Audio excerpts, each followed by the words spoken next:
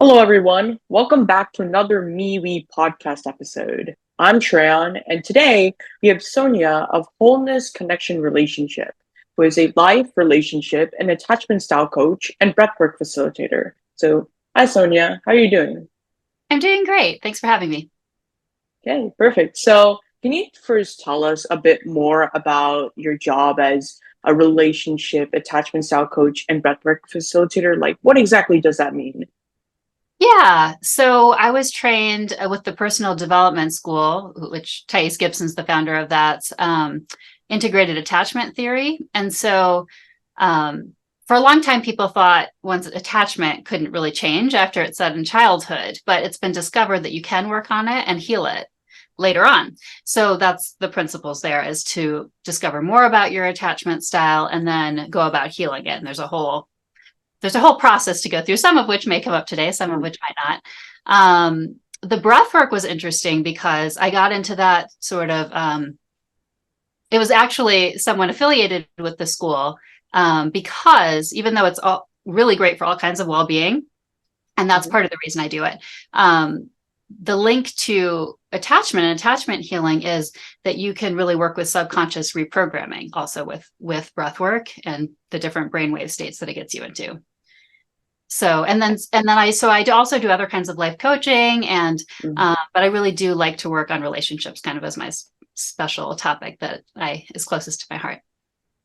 That's great. Actually, that kind of leads into the second question. So, since you do kind of specialize in like relationships and stuff, can you outline how important healthy relationships are to like mental health and mental wellness in general?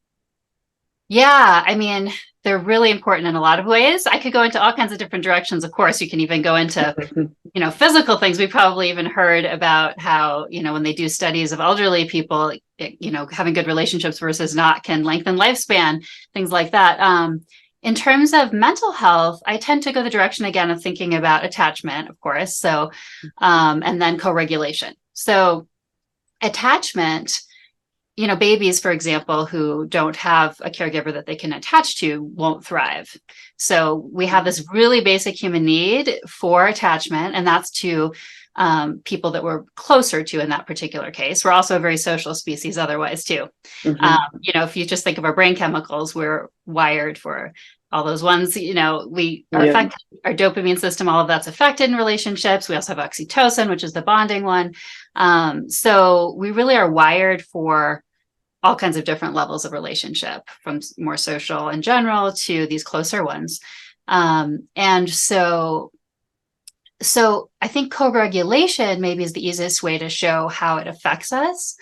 Co-regulation, maybe at its simplest, you could just say it's how we are able to help each other emotionally regulate our nervous systems. Hmm. And it's important, though, to keep in mind that, I say that like because we can have intentionality about it, but we're doing it. We're doing it anyway with people we're around. And then, of course, the people we're around the most are often the ones closest to us, who are in relationship with us. And then the ones that we are in more of an attachment relationship with, we're both around a lot usually. And because of that attachment bond, it's going to be a stronger influence as well. And so I think of something like the Heart Math Institute. I don't know if you've heard of that, but they do Hmm. a lot of work actually in all different kinds of fields, but I find most fascinating the ones that are about co-regulation. And I think some of us may have heard even a ways back about, like if a newborn is against its mom, that their heartbeats will synchronize, things like that. Hmm. So Yeah. we do that with other people too, though. So we think of that as like the special case, but people actually influence each other's heart rates, for Wow. example. And so they've even done, I think this is a really cool example, that they even did a study with a boy and his dog. And, the Hmm. dog was very attached. And when the boy, so it was an attachment figure essentially for this dog. Hmm. And when the boy left, its heart rate dysregulated, its nervous system Wow. dysregulated. And when the boy came back, I think they even had it think loving thoughts or something like that Hmm. towards the dog, then it synchronized its heartbeat and Oh, regulated wow. with the boy. And so, there we've got like mammals in general, I guess a little further out, although dogs are kind of a special case with humans in bonding. But Hmm. but yeah, so I think it's just it's really happening all the time. But we can be more intentional about it too, in terms of co-regulating and understanding that we affect each other. Wow. Yeah, that whole dog and the boy example, that was like really touching. It's fascinating. Yeah.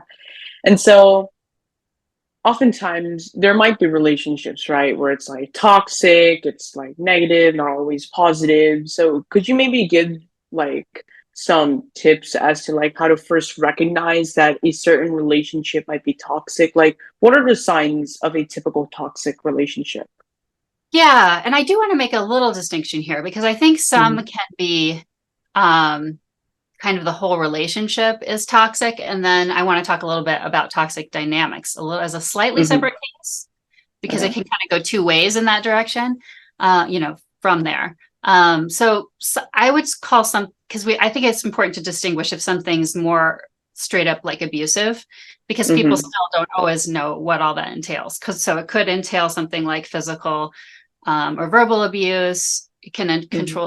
can be things like control, like a lot of control or isolating someone. Um, so those kinds of gaslighting, things like that. So abusive dynamics to me just sort of like automatically fit in the toxic category, and in that way of like if you recognize them, that's really Hmm. serious, and that's probably should be the end of that relationship. Um, I think people can also fall into toxic patterns with other people, relationships that wouldn't maybe be thought of as abusive or considered under those criteria. And in one case, it still probably needs to end. And in the other case, it may be workable. So the first case, where I don't think it's workable is something like if someone realizes their partner, for example, has a personality disorder, like narcissistic personality disorder. There are very rare cases where someone's able to work on that personality disorder, but the difficulty with it is by its nature, it's something that where the person doesn't have insight. And so usually they're not able to work on the actual problems at hand Hmm. and change behaviors and things like that. Um, and then that would also be true in a case of someone where they don't have a personality disorder, but they're just either really don't want to work on things or, they're just Hmm. not able to work with someone on what needs to be worked on. In cases where people can work on it together, it could work, right? It might or might not. Yeah. But the things to look for, I would say, would be in those cases, like, do you feel worse? Do you feel worse after you interact with the person?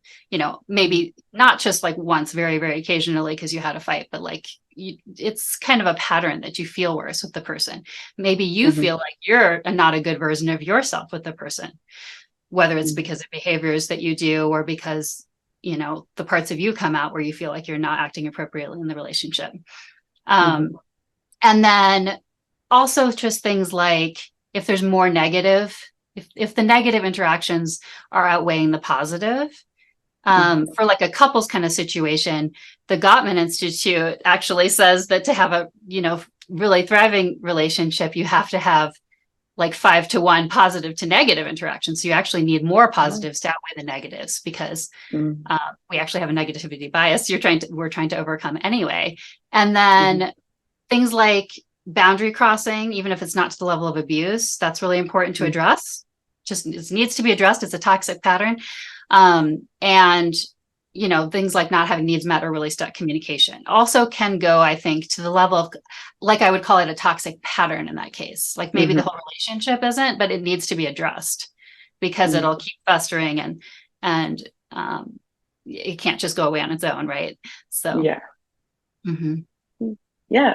So that sounds great. So I know that personally in school, and I've had a couple of friends who'd find themselves in difficult relationship, whether it be with friends, teachers, or with parents. So what are some tips that you can give for youth who are trying to improve their relationships? Whether it being like with their friends, teachers, or parents. Yeah, I think it's interesting in the case because you're speaking to youth specifically in this case, Yeah. right? Yeah, Hmm. because youth, for most youth, I mean, this isn't true for everyone. Everyone's different. There Hmm. are some youth who are into like personal development and lots of that kind of thing already. But in general, it's not necessarily the time of life when that's as much Hmm. happening. So it's a little different, I think, than advice that I might give to someone who's like into a 10-year relationship and, at a very Mm-hmm. different point in their life. But I think there really are fundamentals that we don't emphasize enough that would be helpful. So for example, I think that it can be important to understand as early as possible not to personalize things, that people really are coming from their own perspective, just sort of this understanding of psychology and attachment, and that everyone's growing up in these slightly different environments, sometimes very different environments, and that affects people. And so to understand that someone's really coming from a different place than you are, well, it helps in a lot of ways. So one way it helps is that you maybe don't personalize something. And that's important because otherwise negative interactions can take a toll on us. I think especially early on, as we're sort of starting to navigate relationships, like, oh, am I just not good at this? That kind of thing. And really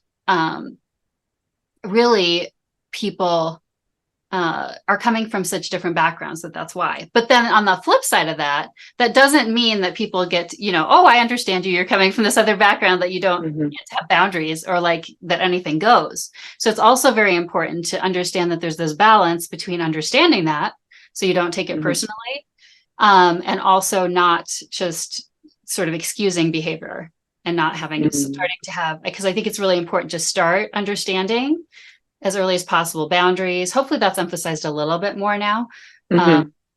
Like really having good boundaries and starting to understand what your boundaries are. But it is a process of discovering that.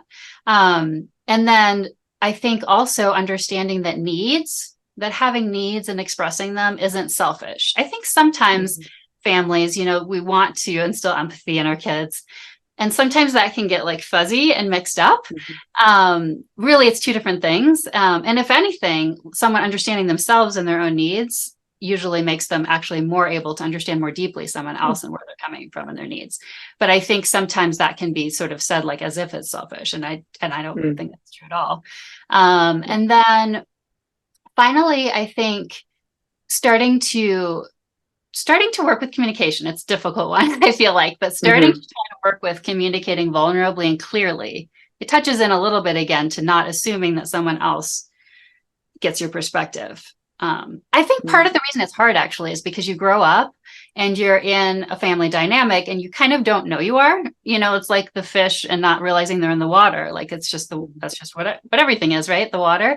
And so sort of realizing we have to sort of say these things out loud and actually communicate them. And it's tricky because sometimes there are things that we're taking as such an assumption that we just don't even realize we need to communicate it. But realizing that we often need to communicate things with others. That doesn't mean it'll always go well in terms of like just smoothing everything in terms of the interaction, but it does go a long way when we can avoid making assumptions and try to communicate. Yeah. So about that thing about like communication and coming off as like maybe being selfish. So what are some like maybe tips or things for those who feel uncomfortable about expressing their opinions or thoughts to their family or to their loved ones about, like you said, the communication and setting boundaries and stuff like that? Yeah, but I guess I should make the caveat that, if it's something really vulnerable someone's expressing, or it's something they really need support around, I mean, it is important to be talking to someone that you trust. And unfortunately, that occasionally is not someone's parents. Hopefully, most of the time it is, but there are different home situations. So the little caveat is to really like find someone you trust and like sort of keep trying to find support, and that there is someone you trust out there. But, it's okay if you know that someone isn't trustworthy, they might not be the right person to communicate with. Yeah, I think it's giving yourself a lot of grace over it. It's practice. It's like starting to do it. I think it's easiest personally though to start doing it with smaller things, because often we sort of don't communicate until we really, really have to. And it feels like, oh, well, especially if it starts to feel a little comfortable at the beginning, let's say it's something small, like we're not expressing our opinion and someone always picks where we go out to eat or something like that. And we only care a little bit or something like that. But, and then, so it feels like, well, that's not an important situation. You just let it go because you don't want to feel uncomfortable and you're not used to saying your own opinion or standing up for yourself. But that it's really the perfect opportunity if you can do it in the smaller situations first, because it's true that it becomes more comfortable with practice. There's kind of no way around that. So if you can get yourself to do that and understand that that's important, that would be my biggest suggestion, to try to do that. Sometimes it may be that you get to the point and it is a bigger thing. Mm-hmm. I think people often are most receptive. Again, who knows how it'll go, but so you'll have to keep talking to the person, presumably. Someone, especially if they're surprised by something, then it might help to assume that they're going to need a little moment to actually address it properly. But I think that, hang on, I lost my train of thought there with my little side side No tip. problem.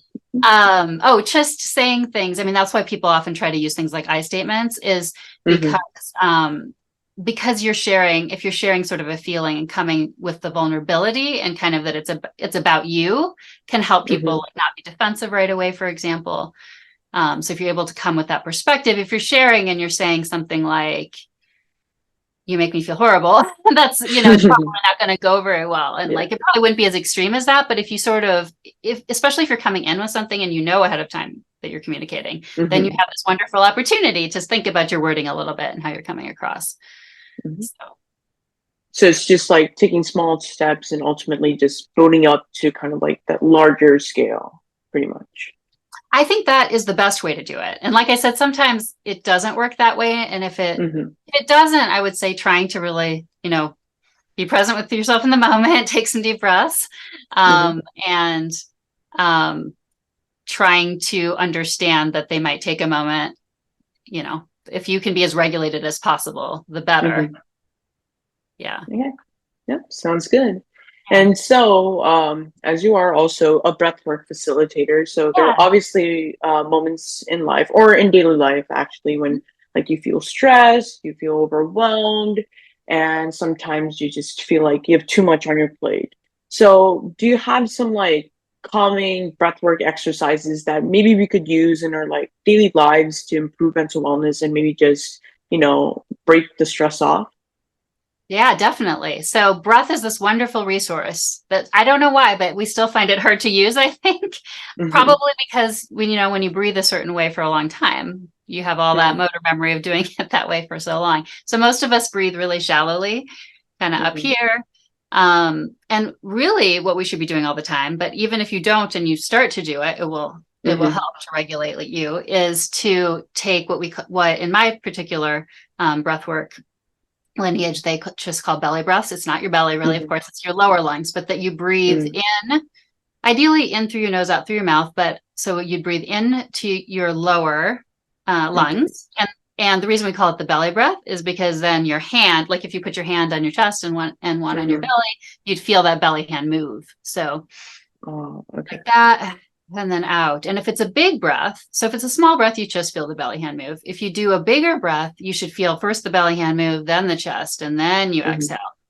And to do those kind of slowly, like if you want to count, if that's helpful, because you're finding it hard to do it slowly, the typical breath would be a 4 count in and out. So it'd be like in, 2, 3, 4, out, 2, 3, 4 would be a good, nice, even, keeping those nice deep breaths going.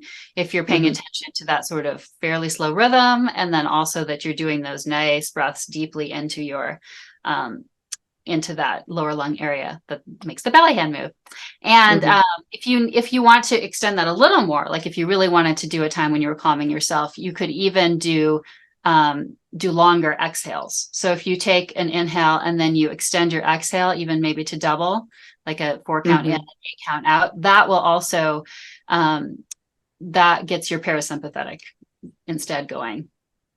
So if you do that like too much, like with breath holds and things, you have to be a little careful with it, because if you're pushing yourself, like I'm trying to hold my breath, then you go into something out, like, hey, your body wants to breathe. But if you're just doing it, in more of that, like a few breaths like that way, that could be one more step to take it even further with being not as stressed. Oh, yeah, that's great. And so I know like different like gadgets and stuff like that. Like I know the Apple Watch has like a breathe app and stuff like that. I use it sometimes. So do you think like those are maybe effective in maybe, taking off stress, or like as your experience as a breathwork facilitator, do you find those like helpful and effective for getting rid of the stress and improving like mental health, like in terms of daily life? Yeah, I think whenever people come back to the breath, even just being conscious of it helps, honestly. Like there's sort of different levels. Like you can go ahead and do a whole class, or you can do, Mm-hmm. and I have some that are donation based, for example. And I think I'm sure there's others out there too. But even if you don't do that, yeah, like just remembering to do it. And if you can remember to do it because of an app, I think that's really great. Putting attention Mm-hmm. on your breath. Hopefully the mechanics are, I haven't tried all the different apps, so I don't know if they're all Mm-hmm. even in terms of like their instruction. Hopefully their instructions are good. Because Mm-hmm. the thing that's interesting about, people in general taking deep breaths, because we've been told that a lot. I think, if you're nervous for a presentation, someone take deep breaths, but Yeah. you can actually kind of hyperventilate more if you don't do it, both Oh. Mm-hmm. into the lower lungs, and if you aren't slowing them down. So it's important to do them right too. But I would think that most of those would be properly teaching people how to do that. So I think that's great. All of it. Any more attention we can put on the breath as a resource is good. Well, that's great. That's some great insight that I learned, and hopefully, those who are listening and tuning in, you guys also learn. So, I think that's all that we have for today. So, thank you so much for joining and sharing more insight on relationships and breathwork. I really appreciate it. Thank you so much for having me. No problem. And thanks everyone for joining, and stay tuned for another episode. Thank you.